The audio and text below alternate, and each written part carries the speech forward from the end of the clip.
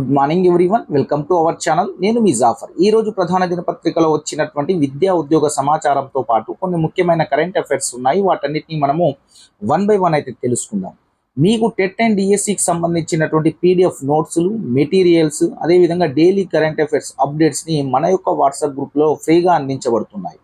మీరు వాట్సాప్ గ్రూప్లో జాయిన్ అవ్వాలి అనుకుంటే వాట్సాప్ గ్రూప్ యొక్క లింక్ మన యొక్క కామెంట్ సెక్షన్లో పిన్ చేసి పెడతాను, అక్కడ నుండి జాయిన్ అవ్వండి.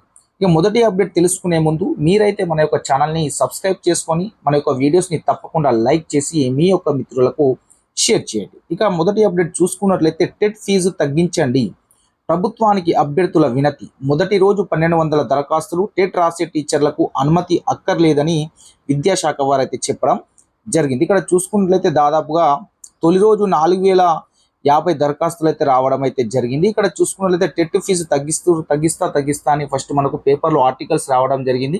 కానీ తీరా వచ్చాక అప్లికేషన్లు అయితే స్టార్ట్ కావడం జరిగింది. ఎలాంటి ఫీజు అయితే తగ్గించలేదు. 1000 రూపీస్ అయితే ఫీజు అయితే తీసుకున్నారు ఒక పేపర్కి. 2 పేపర్లు ఉంటే 2000 రూపాయలు అయితే తీసుకోవడం జరుగుతుంది. గతంలో చూసుకున్నట్లయితే 200, 300 దాకా ఫీజు ఉండేది. ఇప్పుడు ఒకేసారి 1000 రూపాయలకు పెంచడం అనేది నిరుద్యోగులకు చాలా భారం అయితే అవుతుంది. ఇక్కడ చూసుకున్నట్లయితే టెట్ ఫీజు తగ్గించాలని, ఖచ్చితంగా టెట్ ఫీజు తగ్గించాలి. చాలామంది అభ్యర్థులకు, నిరుద్యోగులకు 1000 రూపీస్ అనేటివి చాలా కష్టంతో కూడుకున్నది. 2 పేపర్లు రాసిన వారికి 2000 రూపాయలు ఇవ్వాల్సి ఉంటుంది, కట్టాలి. 2000 అంటే 2 పేపర్స్ రాయాలని, పేపర్ 1, పేపర్ 2 రెండు ఉన్న వాళ్ళు 2000 రూపాయలు పేమెంట్ చేయాల్సి ఉంటుంది. కాబట్టి ఇక్కడ అప్లికేషన్లో పేపర్ 1 ఆర్ పేపర్ 2 బోత్ అని ఉంది. సో అవి ఆ ఆప్షన్ సెలెక్ట్ చేసుకున్న వాళ్ళు ఖచ్చితంగా 2000 రూపాయలు పేమెంట్ అనేది చేయాల్సి ఉంటుంది. కాబట్టి ప్రభుత్వం ఈ యొక్క ఫీజుని ఖచ్చితంగా తగ్గించాలి ఎట్టి పరిస్థితిలో. ఎందుకు అంటే నిరుద్యోగులు వాళ్ళు ఆల్రెడీ చాలా కష్టాలలో ఉంటారు. మళ్ళీ ఈ ఫీజు తోటి మళ్ళీ కష్టాలు, ఇంకెక్కువ కష్టాలు అవుతాయి. కాబట్టి వాళ్ళని దృష్టిలో పెట్టుకొని వారి యొక్క ఫీజు ఏదైతే ఉందో దాదాపుగా తగ్గించే ప్రయత్నం అయితే చేస్తే చాలా బెటర్గా ఉండే అవకాశం ఉంది. ఇప్పుడు టీచర్లకు అనుమతి అక్కర్లేదు. సో ఎంప్లాయీస్ అయితే ఎవరైతే ఉన్నారో వాళ్ళకి 1000, 15 ఇట్లా పెట్టినా అంతేమి ఇబ్బంది ఉండదు. కానీ నిరుద్యోగులకు 1000 ఫీజులు అనేటివి చాలా భారంతో కూడుకున్నది. కాబట్టి ప్రభుత్వము ఇప్పుడు అప్లికేషన్ చేసుకున్న వాళ్ళు ఉన్నా, నెక్స్ట్ ఇంకా చేయడానికి ఇంకా చాలామంది ఉన్నారు. కాబట్టి కొన్ని లక్షల మంది అప్లై చేస్తారు. కాబట్టి సో ఆ యొక్క ఫీజుని తగ్గించే ప్రయత్నం చేస్తే అందరికీ బాగుంటుంది. ఇక నెక్స్ట్ చూసుకున్నట్లయితే ఇక్కడ టీచర్లకు అనుమతి అక్కర్లేదు, విద్యాశాఖ వారైతే కమిషనర్ గారు అంటే క్లారిటీ ఇవ్వడం అయితే జరిగింది. నేను అన్ని పేపర్లలో టీచర్లకు ఖచ్చితంగా పర్మిషన్ తీసుకోవాలని అన్నారు. కాబట్టి ఇది ఎలిజిబుల్ టెస్ట్ ఎన్సిటి గైడ్లైన్స్లో ఎక్కడ లేదు, ఎవరైనా రాసుకోవచ్చును, టీచర్లు కూడా రాసుకోవచ్చును. అది ఎలాంటి పర్మిషన్ తీసుకోవాల్సిన అవసరం లేదు. ఇది ఎలిజిబుల్ టెస్ట్ కాబట్టి ఏమైనా ఎంప్లాయీ అంటే జాబ్కి సంబంధించినటువంటి మనం రాస్తున్నప్పుడు ఖచ్చితంగా మన యొక్క డిపార్ట్మెంట్ ఏదైతే ఉందో ఆ డిపార్ట్మెంట్ నుండి ఖచ్చితంగా నో అబ్జెక్షన్ సర్టిఫికేట్ తీసుకోవాల్సి ఉంటుంది.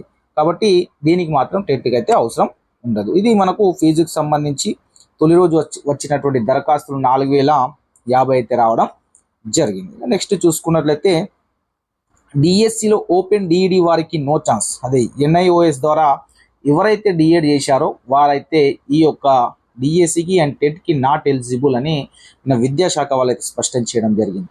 ఎందుకు అంటే సుప్రీంకోర్టు యొక్క తీర్పు మేరకు, సుప్రీంకోర్టు వాళ్ళు ఇచ్చిన తీర్పు మేరకు ఈ విద్యాశాఖ వారు, మన తెలంగాణ విద్యాశాఖ వారు నిర్ణయం తీసుకున్నట్లు సమాచారం. ఇక్కడ ఏంటంటే ఒకవేళ ఛాన్స్ ఇస్తే న్యాయపరమైన చిక్కులు వచ్చి పడతాయనే ఉద్దేశంతో వీరికి కూడా ఆ సుప్రీంకోర్టు తీర్పు ప్రకారము వీరికి ఛాన్స్ ఇవ్వడం అయితే లేదు. మన యొక్క ఓపెన్లో డిఎడ్ చేసిన వాళ్ళు, ఎన్ఐఓస్ ద్వారా చేసిన వాళ్ళు ఎవరైతే ఉన్నారో సో వారు. కాబట్టి ప్రభుత్వం వీళ్ళకి ఒకవేళ పర్మిషన్ ఛాన్స్ ఇద్దాము అనుకున్నా, స్పెషల్ ఏమైనా జియోలు కానీ అవన్నీ తీసుకొస్తే న్యాయపరమైన చిక్కులు అయితే ఉంటాయి. సో వాటిని ఫేస్ చేసి రిస్క్ చేసి ఇవ్వాలనుకుంటే ఇవ్వచ్చు. రిస్క్ ఎందుకు, హైకోర్టులో మళ్ళీ లీగల్గా పిటిషన్స్ వేయడము, డిలే కావడము ఇలాంటివి అవుతాయనే ఉద్దేశంతో యాజ్ పర్ సుప్రీంకోర్టు గైడ్లైన్స్ ప్రకారము ఇచ్చే ఛాన్స్ అయితే ఎక్కువగా అయితే లేదు. సో ఇక్కడ చూసుకున్నట్లయితే విద్యాశాఖ కీలక నిర్ణయం సుప్రీంకోర్టు తీర్పు నేపథ్యంలో, సుప్రీంకోర్టు అయితే ఏదైతే తీర్పు ఇచ్చిందో దానికి అనుగుణంగా, ఎందుకంటే సుప్రీంకోర్టు ఇప్పటికి 2-3 కేసులలో తీర్పు ఇవ్వడం జరిగింది. వాళ్ళు నాట్ ఎలిజిబుల్ అని, ఓపెన్లో చేసిన వాళ్ళు నాట్ ఎలిజిబుల్ అని తీర్పు ఇవ్వడం జరిగింది. కాబట్టి సో దాని ప్రకారమే నడుస్తుంది. నెక్స్ట్ ఒకవేళ ఛాన్స్ ఇచ్చినా ఆటోమేటిక్గా తర్వాత కోర్టుకి వెళ్ళిన తర్వాత వారి యొక్క అప్లై చేసిన సెలెక్ట్ అయిన వాళ్ళని తీసేయడం జరుగుతుంది. కాబట్టి ముందే ఈ యొక్క నిర్ణయం తీసుకున్నట్టు సమాచారం. ఇక్కడ చూసుకున్న అసలు ఏమిటి ఎన్ఐఓఎస్ అంటే ఏమిటి? 2019-20లో కేంద్ర ప్రభుత్వం దేశవ్యాప్తంగా ఉన్న ప్రైవేటు పాఠశాలలు పనిచేసే టీచర్లకు ప్రాథమిక స్థాయి బోధన నైపుణ్యం కోసము డిప్లొమా ఇన్ ఎలిమెంటరీ ఎడ్యుకేషన్ కోర్సులు ప్రవేశపెట్టింది. పలు రాష్ట్రాల్లో కొన్ని స్టడీ సెంటర్లతో 6 నుంచి 8 నెలల స్వల్పకాల కోర్సులు ప్రవేశపెట్టారు. తెలంగాణలో దాదాపు 20,000 మంది కోర్సు పూర్తి చేశారు. 2022 టెట్, 2023 టెట్లలో వారిలో దాదాపు 6,000 మంది వరకు అర్హత పొందారు. వీరిలో 4,000 మంది అభ్యర్థులు 2023 సెప్టెంబర్ 6న జారీ అయిన 5,089 పోస్టుల డిఎస్సిలో ఎగ్జిటి పోస్టులకు దరఖాస్తు చేశారు. వాస్తవానికి టెట్లో డిఎస్సి నోటిఫికేషన్లో ఎన్ఐఓఎస్ కోర్సుల అంశమే లేదు. అయినప్పటికీ ఆయా అభ్యర్థులు అప్లై చేసే సమయంలో అదర్ ఆప్షన్ విభాగంలో అప్లై చేయడం అయితే జరిగింది. ఇక్కడ ఎక్కువ మంది అయితే ఇంతకుముందు అప్లై చేసుకున్నారు. కానీ ఇప్పుడు ఉన్నటువంటి సుప్రీంకోర్టు గైడ్లైన్స్ ప్రకారం అయితే వాళ్ళు నాట్ ఎలిజిబుల్. ఇక్కడ ఒక విషయం చూసుకున్నట్లయితే సెంట్రల్ గవర్నమెంటే వీళ్ళకి ఛాన్స్ ఇవ్వడం జరిగింది ప్రైవేట్ టీచర్స్ చేసుకోవడానికి. కోర్స్ కంప్లీట్ చేసి ఉంటే వారు ప్రైవేట్ చెప్పుకోవడానికి ఎలిజిబుల్ అనేది. అదేవిధంగా ప్రైవేట్ స్కూల్లో చెప్పే టీచర్ ఖచ్చితంగా టెట్ కూడా ఉండాలి. సో వారికి టెట్ ఎలిజిబుల్ లేదు, డిఎస్సి ఎలిజిబుల్ లేదని సుప్రీంకోర్టు గైడ్లైన్ ఇవ్వడం జరిగింది. సో ఆ యొక్క కోర్స్ ఏ విధంగా ఉన్నది, దాని యొక్క గైడ్లైన్స్ ఏమున్నాయి, ఎన్సిటి గైడ్లైన్స్ ఏమున్నాయి అనేది ఒకసారి చూసి దానికి అనుగుణంగా సుప్రీంకోర్టు తీర్పు ఇచ్చి ఉండొచ్చు. కాబట్టి ప్రజెంట్ అయితే వారైతే నాట్ ఎలిజిబుల్. ఇక్కడ చూసుకున్నట్లయితే మాకు అన్యాయం చేయొద్దు శిరీష, సంగారెడ్డి జిల్లా. ఎన్ఐఓఎస్ ద్వారా డిఎల్ఈడి కోర్సులు చేసిన మాకు డిఎస్సికి అవకాశం ఇవ్వాలి. అవకాశం ఉందని ఈ కోర్సులు చేశాము. కోర్టు తీర్పు ప్రకారం మాకు అవకాశం పక్కన పెడితే తీవ్ర అన్యాయం జరుగుతుంది. మేము టెట్లో పాస్ అయ్యి డిఎస్సికి ప్రిపేర్ అవుతున్నాము. నాకు టెట్ పేపర్ 1లో 110 మార్కులు వచ్చాయి. సో మానవతా దృక్పథంతో ఎవరైతే అంటే సెంట్రల్ గవర్నమెంట్ ప్రవేశపెట్టింది కాబట్టి ఇస్తే బెటర్గా ఉంటుంది. కానీ విద్యాశాఖ వారు రిస్క్ తీసుకునే అవకాశం అయితే కనిపిస్తలేదు. కాబట్టి మీ యొక్క ప్రయత్నాలు ఎవరైతే ఎన్ఐఓఎస్లో ఎవరైతే డిఎడ్ చేశారో మీ యొక్క ప్రయత్నాలు అయితే చేయండి. వాళ్ళు ప్రభుత్వం ఏ విధమైన నిర్ణయం తీసుకుందో తెలుస్తుంది. యాజ్ పర్ అయితే గైడ్లైన్స్ ప్రకారం అయితే నాట్ ఎలిజిబుల్. టెట్ సర్వీస్ టీచర్లు లైట్, పరీక్షకు ఎక్కువ మంది ప్రభుత్వ టీచర్ల దూరం, ఇప్పుడు సన్నద్ధత కష్టమంటూ అసంతృప్తి. ఏ పేపర్ ఎవరు రాయాలో స్పష్ట తేదీ, మారిన సిలబస్, సన్నద్ధతకు సమయంపై గందరగోళం. సర్వీస్ టీచర్ల కోసం ప్రత్యేక టెట్ పెట్టాలని డిమాండ్. వారు సపరేట్ టెట్ పెట్టాలని ఎక్కడా లేదు, పెట్టడం కూడా కుదరదు. వీరు రాసుకుంటే ఇదే టెట్ రాయాలి, పాస్ అయితే ఇదే టెట్లో పాస్ కావాలి. దాదాపుగా వీరు రాస్తారు, క్వాలిఫై తక్కువ మంది అవుతారు. సో మళ్ళీ ఛాన్స్ అడుగుతారు. సో అది ఇప్పట్లో అయ్యేది కాదు. సో ఇక నెక్స్ట్ చూసుకున్నట్లయితే తొలి రోజు టెట్కు 4,050 దరఖాస్తులు. వెబ్సైట్లో తలెత్తిన సాంకేతిక సమస్యలు. టెట్ రాయాలంటే టీచర్లకు ముందస్తు అనుమతి అవసరం లేదు. కాబట్టి ఇది టీచర్లకు సంబంధించి నిన్న కొద్దిగా వెబ్సైట్ సరిగా లేకుండా ఇప్పుడు తొందరపడి అప్లై చేయకండి, ప్రశాంతంగా చేయండి. ఇంకో టైం ఉంది కాబట్టి 2-3 డేస్ ఆగి మీ యొక్క అప్లికేషన్ చేసుకోండి టెట్కి సంబంధించి. అదేవిధంగా టీచర్లు ఎవరి పర్మిషన్ తీసుకోవాల్సిన అవసరం కూడా లేదు.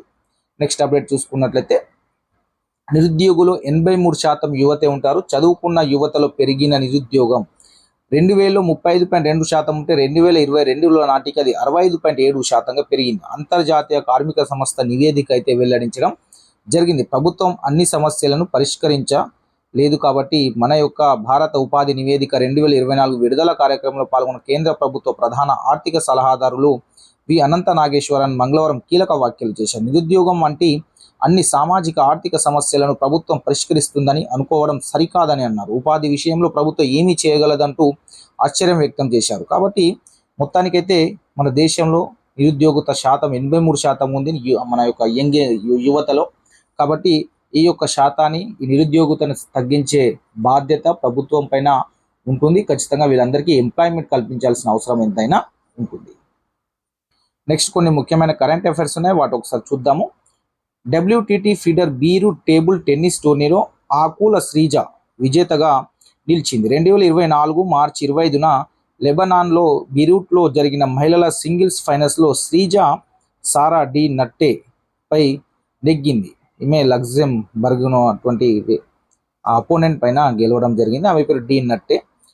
శ్రీజ కెరీర్లో ఇది రెండో WTT సింగిల్స్ టైటిల్స్. 2024 జనవరిలో ఫీడర్ కార్పస్ క్రిస్టీ టోర్నీలో ఆమె విజేతగా నిలవడం జరిగింది. నెక్స్ట్ చూసుకున్నట్లయితే తుంగభద్ర బోర్డు చైర్మన్గా వీరేంద్ర శర్మ నియమితులయ్యారు. ఈ మేరకు కేంద్ర జలశక్తి శాఖ 2024 మార్చి 25న ఉత్తర్వులు ఇచ్చింది. విజేంద్ర శర్మ కేంద్ర జల సంఘంలో కృష్ణా గోదావరి బేసిన్ ఆర్గనైజేషన్ ముఖ్య ఇంజనీర్గా పనిచేస్తున్నారు. మీ పేరు గుర్తుపెట్టి తుంగభద్ర బోర్డు చైర్మన్గా వీరేంద్ర శర్మ నియమితులయ్యారు. ఈ వీరేంద్ర శర్మ గారు ఇంతకుముందు కృష్ణా గోదావరి బేసిన్ ఆర్గనైజేషన్ ముఖ్య ఇంజనీర్గా పనిచేయడం జరిగింది వీరేంద్ర శర్మ గారు. నెక్స్ట్ చూసుకున్నట్లయితే భారత్లో 4G వినియోగదారులతో పోలిస్తే 5G వినియోగదారులు 3.6 రేట్ల డేటాను ఎక్కువగా వాడుతున్నట్లు టెలికాం గేర్ తయారీ కంపెనీ నోకియా నివేదిక పేర్కొంది. అక్టోబర్ 2022లో 5G సేవలు అందుబాటులోకి వచ్చాయి. 2023లో మొత్తం డేటా రద్దీలో 15% వాటా 5Gదేనని నివేదికలో తెలిపారు. నెక్స్ట్ చూసుకున్నట్లయితే ఇక్కడ ప్రధానమంత్రి సూర్యోదయ్ యోజన పిఎం సూర్యోదయ్ యోజన ప్రాజెక్టుకు సమన్వయకర్తగా ప్రభుత్వ రంగ సంస్థ REC లిమిటెడ్ను ప్రభుత్వం ఎంపిక చేయడం జరిగింది. REC సంస్థను. ఈ రూఫ్ టాప్ సోలార్ యూనియన్ల సామర్థ్యాన్ని పరిగణలోకి తీసుకుంటే దేశంలో గుజరాత్ అగ్రస్థానంలో ఉంది. తర్వాత స్థానాల్లో మహారాష్ట్ర, కర్ణాటక ఉన్నాయి. గుజరాత్లో దాదాపుగా 2898 మెగావాట్ల రూఫ్ టాప్ సోలార్ సామర్థ్యం. ఈ సోలార్లకు సంబంధించి యూనిట్ల సామర్థ్యాన్ని పరిగణలోకి తీసుకుంటే గుజరాత్ టాప్లో ఉంటే దాని తర్వాత స్థానాల్లో మహారాష్ట్ర, కర్ణాటక అయితే ఉన్నాయి. సో ఇది మనకు కొన్ని ముఖ్యమైన కరెంట్ అఫైర్స్ అయితే ఈ విధంగా ఉన్నాయి. ఇంకేమైనా అప్డేట్స్ ఉంటే నేను మీకు అందించే ప్రయత్నం అయితే చేస్తాను. మీరైతే మన యొక్క వీడియోస్ని తప్పకుండా లైక్ చేసి మన యొక్క ఛానల్ని సబ్స్క్రైబ్ చేసుకొని మీ యొక్క ఒక్క మిత్రునికైనా షేర్ చేసే ప్రయత్నం అయితే చేయండి. Thank you so much.